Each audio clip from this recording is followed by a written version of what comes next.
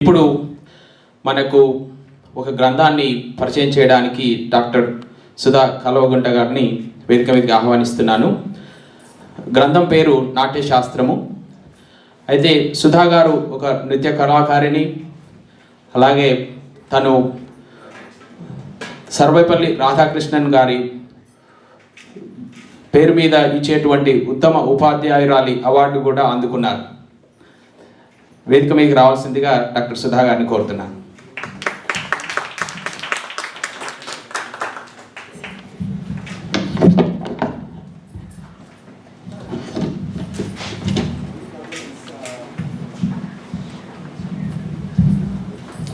తల్లిదండ్రులకు, గురు పూజలకు విచ్చేసిన ప్రేక్షక మహాశయులందరికీ కూడా నమస్సుమాంజలి. ముఖ్యంగా తెలుగు సాహిత్య వేదిక సభ్యులందరికీ కూడా కృతజ్ఞతలు తెలియచేసుకుంటూ గ్రంథ పరిచయం చేస్తాను. ఈ గ్రంథం నాట్యశాస్త్రం. ప్రణమ్య శిరసా దేవో పితామహ మహేశ్వరో నాట్యశాస్త్రం ప్రవక్ష్యామి బ్రహ్మణ యదుదావృతం అంటూ భరతుడు బ్రహ్మరుద్రులపై ప్రవచిస్తూ సంస్కృతంలో రచించినటువంటి గ్రంథాన్ని డాక్టర్ పోనంగి శ్రీరామ అప్పారావు గారు సరళమైన తెలుగు భాషలోకి అనువదించి సాహిత్య కళాకారులకే కాదు, సంగీత కళాకారులకే కాదు, నాట్య కళాకారులకు కూడా ఎంతో మేలు చేశారు. ఈ గ్రంథ విశిష్టత ఏమిటంటే, నాట్యం అనగానే క్లుప్తంగా చెప్తాను. కంఠే నాలంబయే గీతం హస్తేన అర్థం ప్రదర్శయేత్ చక్షుభ్యాం దర్శయేత్ భావం పాదాభ్యాం తాళం ఆచరేత్. కంఠంతో పాడుతూ, హస్తాలతో భావాన్ని వ్యక్తం చేస్తూ, అర్థాన్ని తెలుపుతూ, కళ్ళతో భావాన్ని పలికిస్తూ, పాదాలతో తాళ లయానుగుణంగా నర్తించడమే నాట్యం. ఈ నాట్యం అనేది పంచమ వేదంగా పరిగణింపబడింది. ఋగ్వేదం నుంచి పాఠ్యం సాహిత్యం, సామవేదం నుంచి గీతం సంగీతం, యజుర్వేదం నుంచి ఆంగికం, వాచికం, ఆహార్యం, సాత్వికం వంటి చతుర్విధాభినయాలు, అధర్వణ వేదం నుంచి విచ్చేసిన ప్రేక్షకులు ఎలాగైతే స్పందించాలో ఆ కార్యక్రమాన్ని చూసి ఆ రసస్పందన అనేది ఎలా ఉంటుందో ఈ గ్రంథంలో తెలియజేయబడింది. ముఖ్యంగా నాట్యం అనగానే చాలామంది ఏదో శరీరం ఆంగికాభినయం, రెండు చేతులు ఇలా తిప్పి కాళ్ళు తిప్పితే అయిపోతుందని చాలామంది అనుకుంటారు. కానీ అది కాదు. దాని లోతుల్లోకి వెళ్ళినప్పుడు నాట్యం, నృత్యం అన్నప్పుడు ఈ మూడు పదాలు ఒకలాగే అనిపిస్తున్నాయి మనకి, సామాన్యులందరికీ కూడా ఒకలాగే అనిపిస్తూ ఉంటుంది. కానీ నృత్యం అనేటప్పటికీ చాలా మట్టికి అర్థం లేనిది, భావార్థం, పదార్థం లేనిది అనమాట. అంటే ఉదాహరణకి తక దిక్కుతోం తక తోం తక తిరన అర్థం లేదు, దానికి ఏమి పదార్థం లేదనమాట. అలాగే నృత్యం అనేటప్పటికీ నందనందన గోపాల దిక్కుళంగు తక తాహ తకిట ఇలాగా పదార్థం కలిగి పదార్థం లేకుండా ఉన్నది నృత్యం అవుతుందన్నమాట.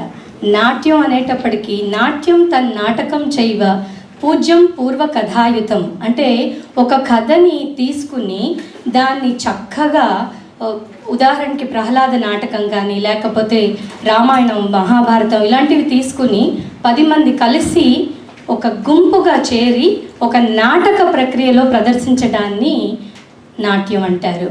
సో ఇలాంటి వివరాలు కూడా ఈ గ్రంథంలో చాలా చక్కగా వివరించబడింది. అదే కాకుండా పూర్వరంగ విధానాలు. పూర్వరంగం అనగానే పూజా విధానాల్లో అంతర పూర్వరంగం ఎలా ఉంటుంది, బాహ్య పూర్వరంగం ఎలా ఉంటుంది అంటే, అంతర పూర్వరంగం అంటే నాట్య మండపం వెనకాల చేసేటువంటి పూజా విధానం. అంటే ఉదాహరణకి చక్కగా పెట్టెలో పెట్టుకుని నగలు, వారి దుస్తులు, వారి ఆభరణాలు ఏవైతే ఉంటాయో వాటన్నిటికీ ముందుగా పూజ చేసి తర్వాత నరసింహస్వామి అలాంటి పాత్రలు పోషించినప్పుడు పగలంతా నిష్టగా ఉండి భోజనం చేయకుండా ఉండి రాత్రి ప్రదర్శన ఇచ్చినప్పుడు వాటి ప్రక్రియలన్నింటినీ కూడా అంతర పూర్వరంగం అంటాము. అలాగే బాహ్య పూర్వరంగం అనేటప్పటికీ వేదిక పైకి వచ్చేసరికి శుద్ధి చేయటం, ముగ్గు పెట్టడం, అలకటం ఇలాంటివన్నీ ఉంటాయి, మామిడి కొమ్మలు కట్టడం ఇలాంటివి. కానీ ఇవన్నీ ఈనాడు ఎవరూ ప్రదర్శించటం లేదు. ఇవన్నీ ఒకప్పుడు ఉండేవి. తర్వాత హస్తాలు, పాదాలు, ఈ భేదాలు అనేవి చాలా చక్కగా ఈ గ్రంథంలో వివరించడం జరిగింది.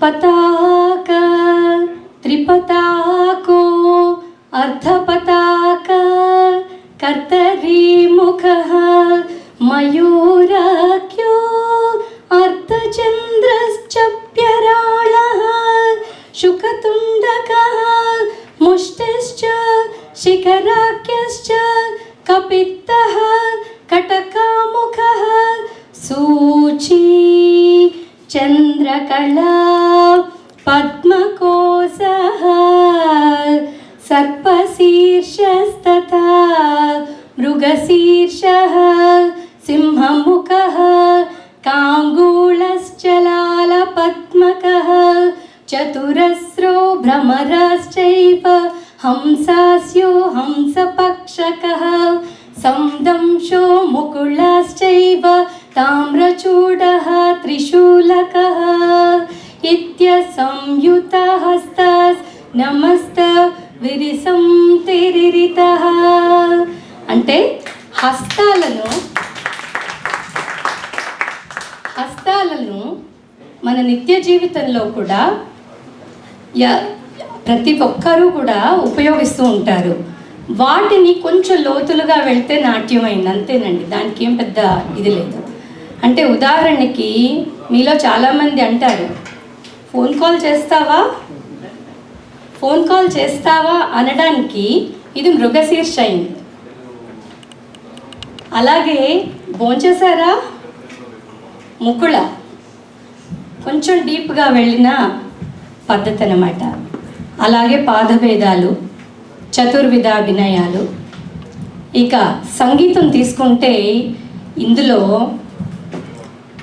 తొలి తెలుగు వాగ్గేయకారుడు, పదకవిత పితామహుడు అయినటువంటి తాళ్లపాక అన్నమాచార్యుల వారు 32,000 సంకీర్తన కుసుమాలను రచించారు. క్షేత్రయ్య, త్యాగరాజు, మరి నారాయణ తీర్థుల వారు, ఇలా ఎంతమందో కవులు వారి బాణీలో ఎంతో చక్కగా సంగీతాన్ని సమకూర్చారు. అలాగే వాటికి రాగాలు, తాళాలు ఎలా ఉండాలి అనేది. తర్వాత సాహిత్యం, ఇప్పుడు నాట్యం చేయాలి అనగానే ఇప్పుడు నేను కంఠే నాలంబయేతం చేశాను, లేదా నందనందన గోపాల అని చేశాను. సో సాహిత్యానికి ఎంత ప్రాముఖ్యత అనేది ఉందో ఇందులో మనకు బాగా తెలుస్తుంది. సో ఇప్పుడు ఇది ఒక నాట్యం అనేది ఒక సమాహార కళ. సంగీతం, సాహిత్యం, చిత్రలేఖనం, శిల్పం, తర్వాత మనస్తత్వ శాస్త్రం, ఇలా ఎన్నో కళలు సమాహారంగా ఇందులో ఇమిడి ఉన్నాయి అనేది వారు చెప్పారు. ఇంతేకాకుండా నాట్య మండపం, ఈ నాట్య మండపం అనేది ఎలా ఉండాలి, దాని నిర్మాణం ఎలా ఉండాలి అని భరతుడు ఆ రోజుల్లోనే చెప్పాడు. ఇవాళ రోజున అమెరికాలో కానీ ఇండియాలో కానీ ఎక్కడ తీసుకున్నా నాట్య మండపాలు నిర్మిస్తున్నారు. కానీ అది ఏ వైపున ఉండాలి, ఏ దిక్కుగా ఉండాలి, ఏ నిర్మాణంలో ఉండాలి, దాని సైజ్ ఎంత, ఇలాగన్నీ కూడా ఆ రోజునే భరతుడు చెప్పారు. అయితే డాక్టర్ పోనంగి అప్పారావు గారు, నిజంగా మేమంతా కూడా చాలా ధన్యులం. ఆయన ఇటువంటి, అంటే ఈ గ్రంథం అనేది కేవలం నాట్య కళాకారులకు కాదు, ఒక సామాన్యులకు కూడా చాలా చక్కగా అర్థమయ్యే విధంగా ఆయన చాలా చక్కగా వివరించారని నేను. డాక్టర్ పోనంగి శ్రీరామ అప్పారావు గారు మా తాతగారు, ఆయన మనవరాలుగా పుట్టడం నా జీవిత సఫలీకృతం అయిందని భావిస్తున్నాను. అలాగే తెలుగు సంఘం యాంటెక్స్ అధ్యక్షులు శ్రీ నరసింహం ఊర్మిండి గారికిను, సభ్యులందరికీ కూడా, సుబ్రహ్మణ్యం గారికి అందరికీ కూడా నమస్కారం తెలియజేస్తూ ముగిస్తున్నాను.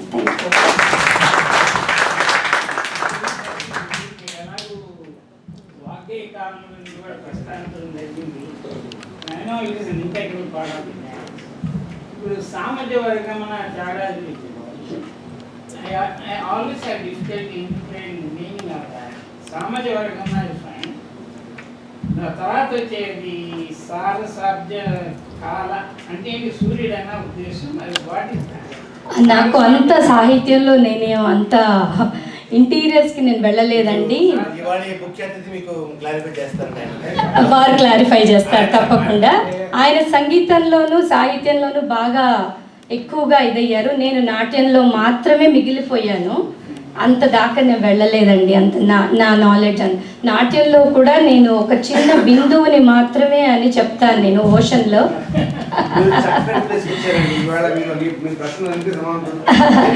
నేను డాక్టరేట్ చేయడం కూడా తెలుగునాట యక్షగాన సాంప్రదాయాలపై చేశాను. అది చాలా ఏన్షియంట్ యక్షగానమ్స్ అన్నమాట. తెలుగునాట అంటే తెలుగు వారి గర్వించదగ్గటువంటి యక్షగానాలు మన రాష్ట్రంలో పుట్టి మన రాష్ట్రంలో అన్ని ప్రచారమైనటువంటి కళారూపాలు అవి. కానీ అవన్నీ మనం మర్చిపోతున్నాం ఇవాళ రోజున. అందుకని వాటిని వెలికి తీసి ఊరూరా తిరిగి తెలంగాణ ఆంధ్ర ప్రాంతాలన్నీ తిరిగి కూడా నేను దాదాపు 8 సంవత్సరాలు ఈ తృష్ణగా ఉన్నాను. ఇప్పుడు కూడా ప్రతి సంవత్సరం ఇండియా వెళ్ళి నేను యూనివర్సిటీల్లో, తర్వాత ఇంటీరియర్ రూరల్ స్కూల్స్లో అలా అంతా ప్రేరేపిస్తున్నాను పిల్లలకి ఇవన్నీ తెలుసుకోవాలి అనేది. So thank you so much.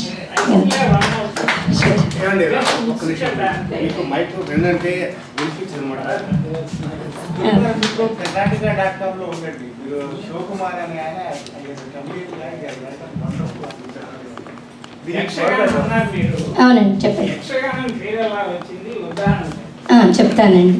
యక్షగానం అనేటప్పటికీ యక్షులు అనేవారు యక్ష గంధర్వ కిన్నెర కింపురుష అని ఆ రాక్షస జాతిలో కొందరు యక్షులు కుబేర జాతికి చెందినవారు అని ఎస్వి జోగారావు గారు వారి గ్రంథంలో తెలిపారు. ఆది ఆధారంగా చేసుకుని యక్షులు అనేవారు ముందుగా ఒక గాన ప్రక్రియగా ప్రారంభమైంది మొదటి దశలో, ప్రారంభ దశలో. తర్వాత ఒక పక్క వాయిద్యాలు ఒక 2 కళాకారులను పెట్టుకుని మళ్ళీ వాళ్ళు కాస్త దానికి అడిషన్ టు దట్ లాగా వాళ్ళు చేశారు. 3వ దశ సంపూర్ణ దశకు వచ్చేటప్పటికి ఏమైందంటే ఒక నాటక ప్రక్రియ ఏర్పడిందనమాట. బొమ్మలాట యక్షగానం, తోలు బొమ్మలాట యక్షగానం మొదలైంది. ఆ తర్వాత మళ్ళీ తోలుబొమ్మలాట యక్షగానం 2వ శతాబ్దంలో బహుశా అప్పుడు. ఆ తర్వాత మళ్ళీ తోలుబొమ్మలు నాడించిన సూత్రధారులు మనమే ఎందుకు వేషాలు వేసుకొని చేయకూడదు అనేసి ఆ నాటక ప్రక్రియను వాళ్ళు అవలంబించుకుని వాళ్ళు ఈ యక్షగానం అనేది చేయడం వచ్చారు. తద్వారా మొదల తెలంగాణ ప్రాంతంలో ఈ యక్షగానాలు అనేవి ప్రారంభమయ్యి కూచిపూడి ప్రాంతం కృష్ణా జిల్లా వైపు పాకి మరి చింతా వెంకటరామయ్య గారు, తర్వాత వేదాంతం సత్యనారాయణ శర్మ గారు, వెంపటి చిన్న సత్యం, పెద్ద సత్యం లాంటి వారు వీటిని మళ్ళా కొన్ని యక్షగానాలు రాయించి వాళ్ళు చేయించడం జరిగింది. అలాగే అటు నుంచి తంజావూరు వలస వెళ్ళయి అటు కర్ణాటక, మహారాష్ట్ర ప్రభువైనటువంటి షహాజీ కూడా మన తెలుగు యక్షగానాల్ని ఆయన ప్రబంధాల కింద రచించటం ఒక పెద్ద విశేషం. మా గురువు గారు అయినటువంటి డాక్టర్ ఉమా రామారావు గారు షహాజీ యక్షగానాల మీద ఆవిడ రీసెర్చ్ చేశారు. చిందు భాగవతం అనేటప్పటికీ తెలంగాణ వైపు నల్గొండ, నిజామాబాద్, తర్వాత కరీంనగర్ ఈ జిల్లాలన్నింటిలో కూడా దాదాపు ఒకప్పుడు 5,000 మంది యక్షగానాలు ప్రదర్శించేవారు. వీరికి పాపం కట్టుకోవడానికి గుడ్డ లేదు, తినడానికి తిండి లేదు. కానీ వీరు వీధి భాగవతం యక్షగానం చేసినప్పుడు వాళ్ళ ఆహార్యం ఏం చూసినా కూడా కళ్ళు మిరుమిట్లు గొలిపేలా ఉంటుంది. చదువు సంధ్యలు లేవు, కానీ వీరు రామాయణ మహాభారత భాగవతాల్లో చాలా చక్కగా అనర్గళంగా కూడా వాళ్ళు చాలా బాగా చెప్పగలుగుతారు, పాడగలుగుతారు. స్వయంగా పాడుతూ చేస్తారు. ఇది స్వయంగా పాడుతూ నాట్యం చేయడం చాలా కష్టం, కానీ చాలా అద్భుతంగా చేస్తారన్నమాట. వాళ్ళు కీచక వధ, తర్వాత బకాసుర వధ, తర్వాత ఘటోత్కచుడు, వీరాభిమన్యు, ఇలా ఎన్నో ఎన్నో ఎన్నో దాదాపు 60 యక్షగానాల దాకా వాళ్ళు చేస్తారు.